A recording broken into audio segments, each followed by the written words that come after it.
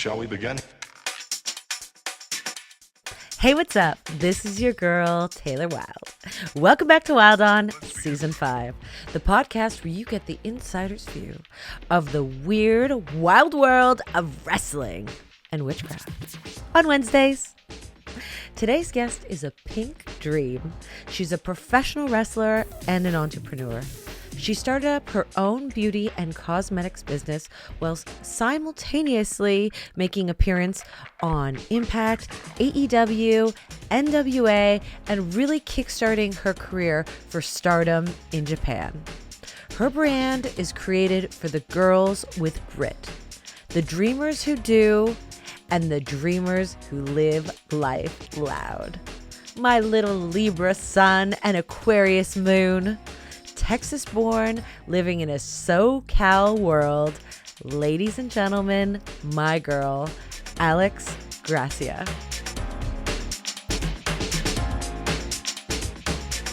I kind of just got thrown into the sharks, I like to say, because as soon as I started wrestling, I made my debut in 2018. And it was about 6 months later, I got an email from Stardom and I thought I was getting pranked. I was like, there's no way, like, they're contacting me. Like, this is fake. Someone's going to fly me to Japan. Yep. Then they started following me on social media, like their verified accounts. And I'm like, I think this is real. And so it was very scary for my parents and stuff because I just started this career in wrestling. It was very scary for me because, again, I just started this career in wrestling and I'm like, okay, I'm going to fly across the country. Like, I have no idea what to expect. I don't know anyone else who's going to be there. I was the only American planned on the tour. And so I ended up going. It was, even to this day, one of the best experiences I've had in wrestling so far. And so it was a major accomplishment. And I probably didn't appreciate, like, I appreciated it at the time because it was so surreal, but especially now looking back, that Japan is such a huge accomplishment and I got to celebrate my 1 year anniversary there. And so it was a lot of, maybe I'm ready, maybe I am, like I'm not, but ready or not, I'm here. So I just got to do what I can do at that moment. Absolutely. And you're young, like, as you said, you know, you just had started training. Here you go. Stardom's reaching out to you, arguably the biggest women's promotion in Japan. Where did you find the strength? Where was the grounding to, like, take this huge leap? It was just kind of like a continuation of, okay, I'm here to learn. I'm here to train. Like, that's always my goal. I just want to continuously, like, keep getting better. I want to continue to learn. And I think a lot of it had to do with, as soon as I landed, I was with just such amazing girls and stuff like Jamie Hayter, Stevie, who's in WWE now Blair, who was B. Priestley, and Viper and stuff like that. So as soon as I got there, like, I was exhausted, I was jet lagged, and I got into the apartment and they were just like, hey, do you like food? And I was like, I love food. And they're like, yeah, let's go eat. And we just started off so strong and, like, so in sync. And they just, like, took me in, like, they were all from UK and everything. And they pretty much knew each other. And so I really owe a lot to them for, they're trying to figure things out too. Like, especially it was Stevie's first tour as well, but we're just all like, let's do this together, we're in this together, like, I'm not alone. And so having them on the tour, that was one of the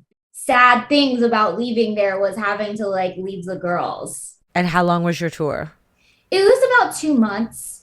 Oh wow, so you were there for some time. Yes, I was there for some time, and so you start to get adjusted, and I think that's where you, like, it's like, oh, I gotta go back home, like, I don't actually live here with these girls. So it was like, when are we going to see each other again? Like, I don't know. I'm going, like, we're all going back to different countries, but Yeah, I was there for a while, and I think that had a lot to do with having to make me like adjust and get settled in as well. Sure. And that's amazing. Like that's the sisterhood framed in the best possible way. Mm. What would you say the biggest life change was for you? Like the woman that went to Japan versus the woman who left? In life and in wrestling, just an elevation of confidence because I accepted, like, it took me a while too that I'm just like, okay, I'm still new. Like, I'm Yep. not like main event caliber yet. I'm not like go out there and wow the world like quite yet. But I think like wrestling with girls who don't speak English, Hmm. who you're just going out there and then you're like learning the universal language of wrestling. That's how I came back, like thinking about it. I was like, wrestling is like you can communicate with anyone in the world. And I thought that Yeah. was so cool. But it definitely gave me confidence coming back to the US that I was like, I can get in the ring with anybody. Like I can get in the Yes. ring with anybody because if I can get in the ring with people who we don't know what we're saying and we're Yep. having like matches and stuff, like it's just going to be that much easier and I'm going to feel that much confident wrestling girls who we can actually communicate. And so I would definitely say the elevation of confidence, it made me feel like any match I ever had, any person I ever wrestled, I just told myself, I'm like, I've done harder. And so I Oh, can get through this. 100%. So And I think it's, it's almost becoming a dying art because wrestling is so saturated in North America. mhm. You don't see as many female wrestlers going to other places to make a career, but you have people like myself who are Canadian, the people from the UK, Australia. It is so much harder for us to grow as wrestlers because it's a smaller talent pool. So we go to Mexico, we go to Yeah. Japan, and I'll never forget, just like you said it, you nailed it. 18, 19 years old, I went to Mexico for a few months to do like, we worked like 4 or 5 days a week kind of thing. And yeah, you come back a new human being because you can put a match together with people who don't speak the same language and don't really like you because you're taking money off out of their Yeah. pocket and food off their table. I want to hold space for you and say like congratulations, that's amazing that you did that and you came back with such a positive mindset. Oh, thank you. Yeah, it was so fun and it definitely like changed a lot of things coming back. I ended up moving cities to go to a different wrestling school because I was just like, I just want to learn from everywhere. And it made me that much more motivated that I'm like, okay, how do I keep getting exposure? How do I keep Right. wrestling everywhere? Like that's what I want to do. And so I don't like to stay in one place. I like to continuously like grow wherever I can. Sure. Of course. Of course. And that is what wrestling is all about. If you stop learning, Mhm. you're done. Mhm. You're done. Like, you should hang those boots up because wrestling changes, it ebbs and it flows. And you as a human being, as a character, you have to go with the flow because just leave you behind. Yes. Yes. So, what came first, wrestling or the pink hair for you? Wrestling, actually. And what was the turning point? What was the fashion, art, music inspo? How did we get this stunning pink hair? Well, I think it all went with me trying to figure out, okay, like my trainer gave me the okay to start thinking about like what I would want to wear for gear, Right? different mannerisms or the character I want to bring. Like it was everyone at trading, they were like, are you serious, Alex? And I was like, what do you mean? They're like, well, you wear pink like every single day. Like if you don't wear pink in wrestling, you're just lying to yourself. So then I was like, yeah, I love that. I love that. And then so I was doing all pink and then it was just kind of like I would say listening to interviews and podcasts and just how some of the best are just like, okay, like when you go out there and wrestle, you should be an amplified version of yourself. Should like That's it. that's how you're gonna make it is by having that authenticity of like who you are. And it just made me be like, well, if I'm gonna dive into this, I'm gonna dive into this. And I'm like, okay, like let's do the pink hair. And I was very nervous because it was like I'd always just had like natural colors. Oh wow. So you hadn't even really like tried the natural realm. Like it's not like you had gone blonde or auburn. You straight into the hot Yeah, pink. my hair was black, very dark features, and I just dove straight into the pink. At a And it's girl. been years now, and I think where it's like, I think every girl kind of gets like, I want to do something different with my hair. I want to do this. And Yeah. so the pink is fun because there are so many different shades of pink I can try. So it's It's so true. yeah, it's like if I feel like doing something different, it's like, okay, let's do some rose gold for a little bit. Okay, maybe we'll do this. And so it's fun and it allows me to like not get bored with my hair Yeah. either. Of course, like it's hard to get bored with pink, but I mean Yes. just when you're wearing it yourself every day, you're like, I want to do something different and funky. Oh, of course, of course. Well, and the one thing about you that I find interesting is here you are, this human, what was it, powder puff girl, Powerpuff Girl, excuse me. But you couldn't be any more femme with the hot pink. But there's grit, there's edge there. And when I was looking up your Pink Dream collection, I love the segue into it's a beauty brand created for the girls with grit. And that's what I think of when I think of you. But let's talk about your collection. How did this start? It's cosmetics. It's tell me all the things. If we go way back, I'm gonna start. I was a big Mary Kate and Ashley fan. I was a Okay. big Hillary Duff fan. Like I had all their clothing lines. I had a Hillary Duff bedspread. It was just a Oh my pink God. bedspread with her autograph on it. Like it I had the matching lamp. Like I had all this stuff. And I mean, just even at that age, just being inspired, like, this is so cool. Like they're making and creating things that they love.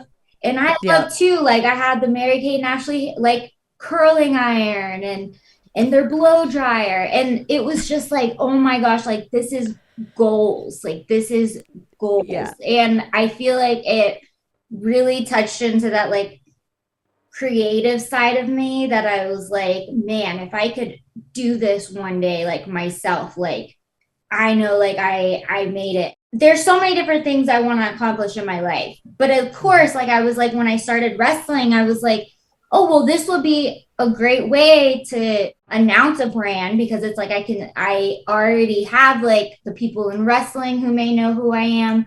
But I put everything in my plans on hold for wanting to start all the products because like I felt like, well, I'm not big enough unless I'm like signed to a company, unless I'm Okay. a contracted wrestler, unless I'm at one of like, unless I'm on TV. And I didn't feel confident to do something. I didn't feel like I was capable or big enough or popular enough unless I was signed. And Hmm. it was like a year or so ago. And it was my boyfriend who was like, well, why don't you? And I'm like, well, people know who I am and I don't think this and I'm not assigned to a company. And he's like, you can't wait because who knows if that'll ever happen, you know? And it's like, I don't want to go through life regretting, man, I didn't start this line because I didn't think I was in quotations good enough or popular enough or knew enough people. Hmm. I'm like the person who's in charge of my value Yeah. and all that. It's not someone else. And that is something I've been working on the past couple of years because it gets hard, especially in the wrestling world. Sure. I was just like, okay, you know what? I'm gonna do it. I'm gonna start sourcing, and I started getting samples of things, and finally came up with my first like five little starter products I wanted to have that I felt like were just like a solid representation of things I enjoy. And I was just so proud of myself for finally like making that leap. Again, you can't let other people make you feel like you're not valuable enough or you're not popular enough. Look how many people have made makeup lines or beauty lines and they're not in wrestling. So do you have a business background? Do you have a cosmetology background? Where like I wouldn't even know where to start. No, not business. I do have a sports management minor. So that's helped in different ways as far as like how I think, but I've had to ask a lot of help and just look up a lot of things about, okay, how do I make this an official business? How do I get insurance? And it's very stressful, but it's fun. I love like a challenge and I love like working towards something. I think that's why I love it so much. And again, it's why I love wrestling so much too. Like everything's always a challenge and you're always working towards something and trying to be a better version of yourself. There's so many female wrestlers these days, and there's so many female wrestlers who can really go. They're really talented. And not only are they beautiful, but there's so many more characters. Like the pool of talent is so diverse. So you're competing against so many women on the same level. It's like, what differentiates you? What makes you different? And I find it ironic that it was like, okay, well, I have to take attention away from wrestling to do this beauty line, but really, I think it makes you way more commodity. Look, you're this stunningly beautiful woman with hot pink hair who's done up to the nines. Plus, you have your own product line. If I was a Vince McMahon or, running my own wrestling business, I'd be like, this girl is kind of like a walking sales pitch. Like you're actually making yourself more desirable, I think, and you have layers. You're not just a wrestler. I think it's an amazing synergy, and I hope you're really proud of yourself because I imagine this took a lot of blood, sweat, and tears. A lot of money that independent wrestler does not have. Right. So what are your 5 solid products? What were your 5 startup products? Yeah, so the one that I wanted, like definitely for all ages, I have like the eyelash foam cleanser. We spend a lot on this stuff. So, Yeah, so it's like whether I'm absolutely. spending $10 on reusable strip lashes, like I will make those things last till like they just are just like, no, Alex, like it is time to give me up. I knew I wanted to have some type of hairbrush. Yeah. It's a compact and it opens and then the brush opens if you've seen those, like, and then the mirror on the other side. And I was like, this is perfect. If it even fits in my pocket and I can just kind of like, And very retro, very 90s. We love yes, this. yes, touch up and check myself with the little mirrors. And I Yeah. usually use small purses. So it's like, that was perfect. Okay. I have 4 glitter eye shadows. So they're liquid glitter eyeshadows. So those that have pink, blue, gold, and purple. Of course you Yes. do, you little glittery star. Yes. And so, I mean, even I have friends and they have a daughter and they were using it. And it was so cute because it's like, I mean, she wanted to play with it and she wanted to put on makeup, but she was putting it on her nose. She was putting it like on her cheeks. And it's like, yeah, do what you want to do with it. Like, you can do Aww. whatever. And then I have just a regular, like clear lip oil that's like you can use it as a every day. You can layer it on your favorite lip product, or you can just use it plain. Lip oil. Oh, I love a Yeah. lip oil. What scent? It's Birds of Prey. Mm. It's just kind of like, I don't know, you feel like you're in this tropical like desert, but it's safe. And in your dark feminine power, these are birds of Oh, prey. Fuck yes. around and find out. That is the perfect, I think, set for any woman because it doesn't mean you have to love makeup. It just means it's more like a grooming kit. Especially for younger girls. Like I was a jock, played sports my entire life. Ah, Like, and okay. I felt insecure to almost embrace like that girly feminine side of me because it's like then people Same. either didn't take me seriously or it's like you Yeah. can't like makeup and want to be like great at a sport. And so Yeah. it was just having like that stigma. And so I love, especially at shows, like meeting little girls, like hearing about their sports and they love pink. And I'm just like these scrunchies, just throw them in. You can't, no one can tell you anything about scrunchie. It's like you're wearing a hair tie and I'm just wearing a cuter one. So 100%. I love that. And I don't think a lot of people who see the woman you are today and would associate a tomboy, someone who grew up very in their masculine, because you seem so much in your feminine power. What were your sports growing up? I mean, so when I was younger, I did like everything from soccer, basketball, all that, but softball was like my first love in life. I played from Oh, when I was 7 to 18, and it yeah. was more of a, I got like lost a little of the love for it because I think I would just burn myself out my entire like childhood that I ended up Ah. not playing in college. So that was a big shock for my family as well because they're like, oh, so now we got to pay for college. Oh. Okay.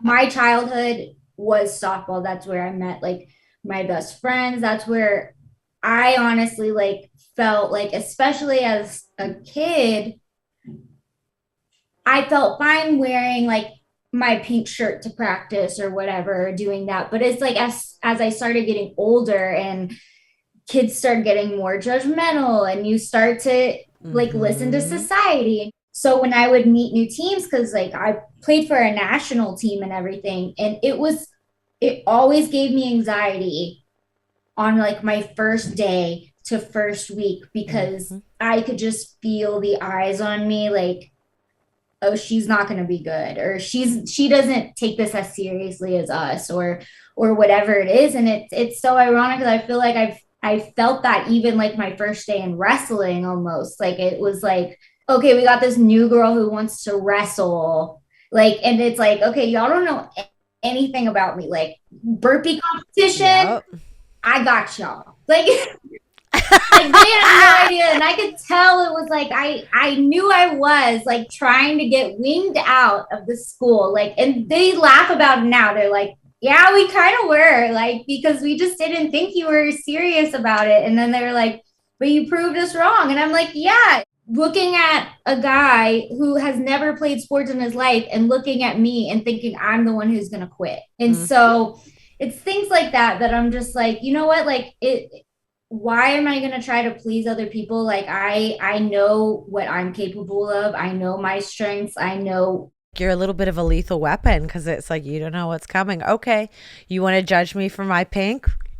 Game on. we all have insecurities and we all feel like, oh, okay, like Sure. I got to be this way or I got to show this, or okay, maybe I'm being too girly to be taken seriously in wrestling. But again, I'm like, you could go put me in yoga pants and a sports bra or whatever you want to do. I'm going to be like the same person. But again, I'm just not going to be as happy because I'm Yeah. not embracing like my authentic self and doing what I love. And so it's like, why am I going to spend my life trying to get the approval of other people? Girl, you said a I know. mouthful. I was like, life life is not worth living unless you mm-hmm. are authentic. And so I asked you where you were born because I wanted to look up your birth chart real quick. And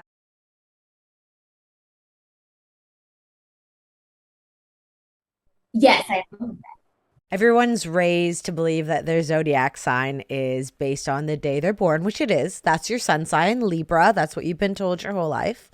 But you also have a moon sign and a rising sign. So the moon sign to me is more important actually than your actual sun sign because that's how you present in relationships, in friendships, in romantic relationships.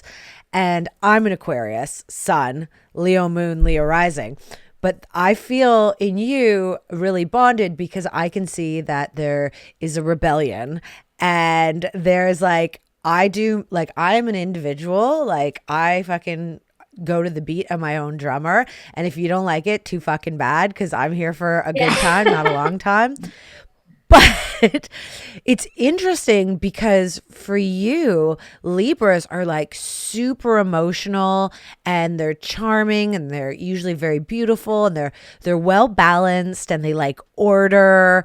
Whereas an Aquarius, which is an air sign, is like, I do what I want. I put my own interest before everybody else. They're really like detached from people.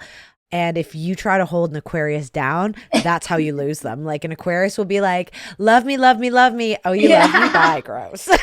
It makes so much sense though, because I feel like it's like if when we're touching different parts of my life, like I feel like I am a very emotional person. Like I get Yes. very passionate. I could be talking about something happy and I could be talking about something sad, and I might just start being like, Yep. Alex, are you crying right now? it's a weird balance because it's like I care about what people think about me because I love people and I want to be Mm-hmm. liked, but at the same time I'm like not the other part of the other Alex sitting on my shoulder is like not everyone's gonna like you and you can't control that. I'm going to send you a link because it's really important, I feel, for people to Yes, know I both love that. sides of their. But I just want to read this quickly to you because I think this is really going to resonate just based on what you said. So, with a Libra sun, Aquarius moon, the artistic inclinations, sensitivity, and social awareness of Libra are heightened when combined with an Aquarius moon. Extremely social, you find that you lose yourself and you find yourself through others, and you really want the respect, but you're also very independent and self-reliant. You consider everyone a friend until proven otherwise. In fact, friend is the word you use the most. Mic drop. Yes. Do you have any spiritual practices, or do you have any interest in spirituality? Are you spiritual? Are you spiritual curious? Where are you on I the don't spectrum? know what you would call it. So I do this program. It helps you think about like what your true authentic self like desires in life and why you desire them Okay. and like why maybe it hasn't happened and how like you start to recognize like your tests more, your Your lessons. lessons. Yeah. And it's like people walking away from jobs and things that they thought like it's like, but this is going to be so much money. It's going to be a step up, but it's like, it's not Right. feeding your authentic self and like your happiness and stuff. And so, You're not in yes, alignment. yes. And so it is a lot about that and about like just how manifesting isn't just speaking positive words to yourself and trying to say like life is great, I'm going to get a job, I'm going to be rich, I'm going to do this, I'm going to do this. Like manifesting is like the things that you actually like desire in life. And it like uses this example of okay, someone can say I want to be a millionaire. Do they really want to be a millionaire or do Mm. they want financial freedom? I would be fulfilled getting to walk into Victoria's Secret and buy the bra I want. That would have fulfilled my life, like not looking at the price tag and just getting the bra I want. Sure, it's the way you frame it, but it's also being very specific. Actually, I Yeah, giggle because you're so specific about what would make you happy. Like, you want financial freedom in a way that you want to get things that don't have to be these like grand, like, you're not saying I need a new Porsche. You're saying I just want to walk into Victoria's Secret, buy what I want to buy, and not even look at the price tag and know I can yeah, walk out there happy. that would Like, be you a great buy. day. I would feel so good that day. So your mantras or your manifestation is Victoria's Secret abundance flows to me easily every day. Yeah. We But love this for you. yes, I like it. Like I got their journal and everything, and Oh, so beautiful. it's spiritual, It's but totally I'm spiritual. learning. I'm like self teaching myself how to do this. Girl, that's how we all do it. You Yeah. are a magical bitch. The end. That's all you need to know. That's wonderful because this work is not only internal to bring you to your highest self, this Mhm. is going to make you the best version of you as a woman, as a professional wrestler, as a business owner, as a cosmetics mogul. Like, this work is coming to you at the best possible time because it sounds like you are on the upstream of your trajectory. So I'm so happy to hear you're doing the internal work while you're working your butt off trying to do all the external work in the world. Yeah, it's so much. I'm like, But that's it. The more you do, the more you can do. And as long as you're yeah, balancing the work and play, you're going to find happiness. yes, yes. I Okay. agree. Let's do my top 10 tailor made questions. It is not a speed round, so please don't feel rushed. Okay, okay. Do you have a zodiac sign that you typically date, or is there a zodiac sign that you're most attracted to? Like, I always seem to end up with Leo and Taurus men, but I'm also very aware of the guy's signs pretty quick on. Is that something you recognize? I don't recognize that, but my longest relationship, which is now and most serious relationship, he's in Aries. Oh, a crazy motherfucker. We love this for you. So I mean, I guess like it's like there has to be some type of connection with that because I'm just like, this is the longest, most serious. I didn't really look at Absolutely. everyone else's zodiac. Okay, so we know Aries is great for you. Okay. This is kind of a dark question, but I just mean it in dark humor. Have you ever thought about what song would be played at your funeral? Yes. Fabulous. So my favorite band in the world is S Club 7. Oh, You I like love you. like my entire life. I feel like they are just the good in me. They So bring out the best in me. it's so cute. And so their very last song was Say Goodbye because that was like their like breaking up song. You're saying like Right. it's been good. We love you.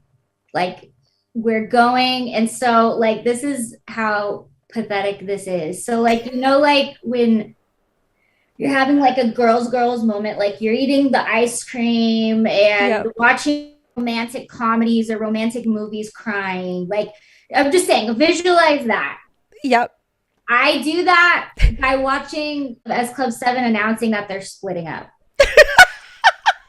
And I'm just sitting there like crying, like at different concerts. Like, I don't know. And I'm just like sitting there, like, why am I doing this to myself?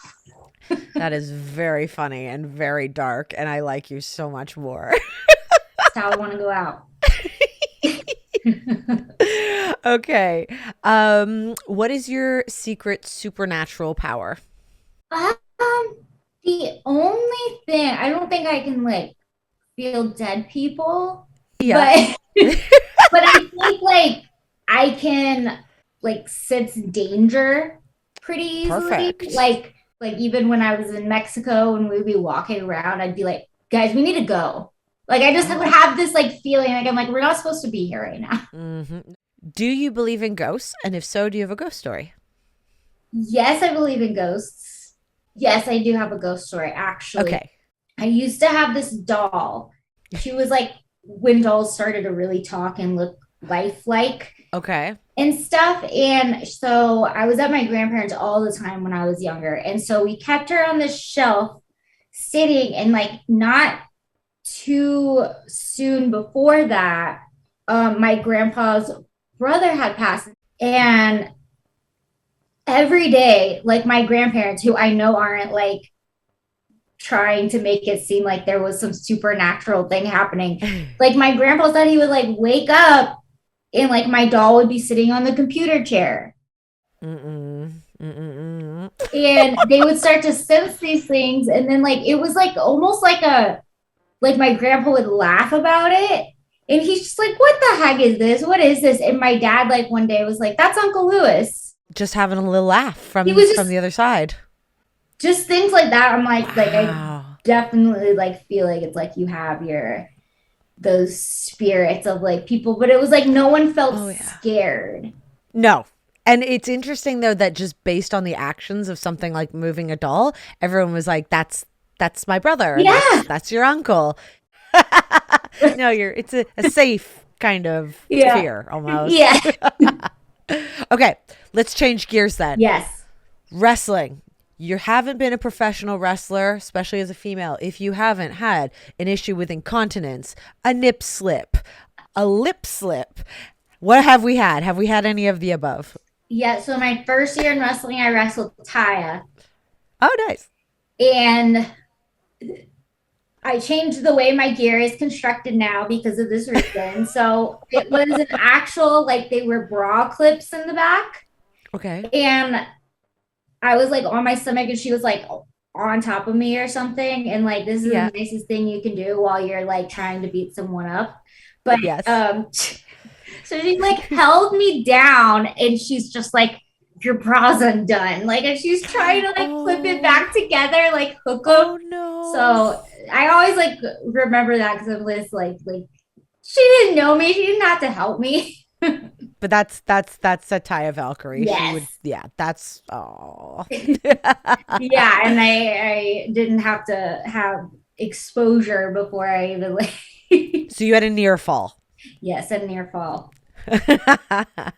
What is your biggest pet peeve in professional wrestling? I feel like it's a lot of people's, and it should just be, I think, like taking care of yourself, like deodorant. Oh, you're so polite. When people stink, when you didn't shower, motherfucker, shame on you. We gotta lay on It each is other. just it like especially when most schools I've gone to, this isn't just like in math, like Oh it's yeah, mostly guys that are the gross yeah, ones. But yeah, like yep. most schools I go to, they're all guys, and I cannot stand like wrestling or doing mat floor wrestling with someone, and then now all of a sudden I stink. Yeah, I'm with you on that. Put your air freshener. Put your Yeah, air freshener. perfect. Just hang some air Just real fresheners quick, from especially underneath. if you're gonna be in there, like you it's pretty intimate with people when you think you're doing Oh, mat wrestling with people you don't even know that well.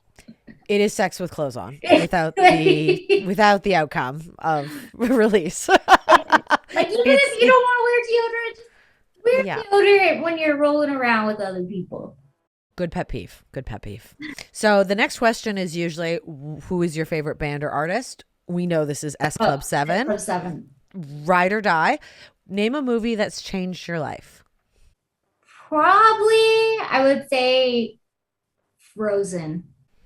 Oh, Frozen, you're the cutest human being on the whole planet. So we grew up like huge Disney people.